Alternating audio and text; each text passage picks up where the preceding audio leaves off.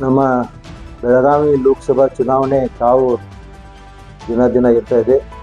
ನಿನ್ನೆಯಿಂದ ನಮ್ಮ ಬೈಲನಗರ ಕ್ಷೇತ್ರದಲ್ಲಿ ನಮ್ಮ ಬೆಳಗಾವಿಯ ಲೋಕಸಭಾ ಅಭ್ಯರ್ಥಿ ಅಂತ ಮಾನ್ಯ ಜಗದೀಶ್ ಶೆಟ್ಟರ್ ಅವರು ನಮ್ಮ ಜೊತೆ ಪ್ರತಿ ಹಳ್ಳಿಗೆ ವಿಚಾರ ಸಲುವಾಗಿ ನಿನ್ನಿಂದ ನಾವು ಚಾಲೂ ಮಾಡಿದ್ದೀವಿ.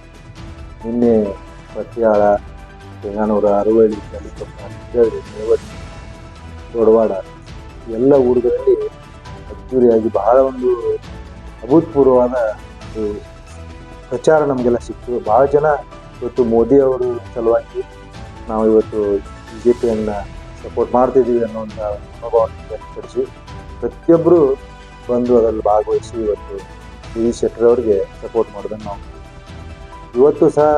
ಇವತ್ತು ಬೆಳಗ್ಗೆಯಿಂದ ನಾವು ಹುಡುಕೇರಿ, ಮುಬ್ಬಸ, ಮುದ್ಯಾಳ, ಆಮೇಲೆ ಉತ್ತಿನಿ, ಪುಟ್ಟಗಟ್ಟಿ ಎಲ್ಲ ಊರುಗಳನ್ನು ಸುತ್ತಿ ಹಾಕಿದ್ವಿ.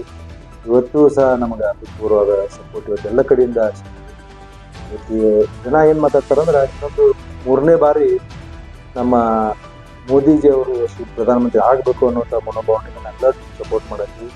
ಜಗದೀಶ್ ಶೆಟ್ಟರ್ ಅವರು ನಮ್ಮ ರಾಜ್ಯದ ಮುಖ್ಯಮಂತ್ರಿಗಳಾಗಿ ಬೇರೆ ಬೇರೆ ವಿಭಾಗದ ಮಂತ್ರಿಗಳಾಗಿ ಸಾಕಷ್ಟು ಅನೇಕ ಕೆಲಸಗಳು ಮಾಡಿದ್ದಾರೆ ಮತ್ತು ನಮ್ಮ ಬೆಳಗಾವಿ ಜಿಲ್ಲೆ ಉಸ್ತುವಾರಿ ಮಂತ್ರಿಯಾಗಿ ಕೆಲಸ ಮಾಡಿದ್ದಾರೆ. ಅಂಥ ಒಳ್ಳೆಯ ವ್ಯಕ್ತಿಯನ್ನು ಅಭ್ಯರ್ಥಿಯನ್ನಾಗಿ BJP ಪಕ್ಷ ಮಾಡಿದ್ರಿಂದ ನಾವೆಲ್ಲರೂ ನಿಮ್ಗೆ ಸಪೋರ್ಟ್ ಮಾಡ್ತೀವಿ ಅನ್ನುವಂಥ ಮಾತು ಹೇಳಿ ಬರ್ತಾ ಇದೆ. ಯುವಕರು, ರೈತರು, ಮಹಿಳೆಯರೆಲ್ಲರೂ ನಮಗೆ ಒಳ್ಳೆಯ ರೆಸ್ಪಾನ್ಸ್ ಕೊಡತ್ತಾರೆ. ಅದಕ್ಕೆ ಮುಂದೆ ಬರುವಂಥ ತೀರ್ಮಾನದೊಳಗೆ ಮೇ 7ನೇ ತಾರೀಕಿಗೆ ನಮ್ಮ ಅಭೂತಪೂರ್ವ ಜಯ ನಮಗೆ ಸಿಗ್ತೈತೆ ಅನ್ನುವಂಥ ಮನೋಭಾವನೆ ಎಲ್ಲರೂ ವಿಚಾರ ಮಾಡ್ತಾ ಇದ್ವಿ.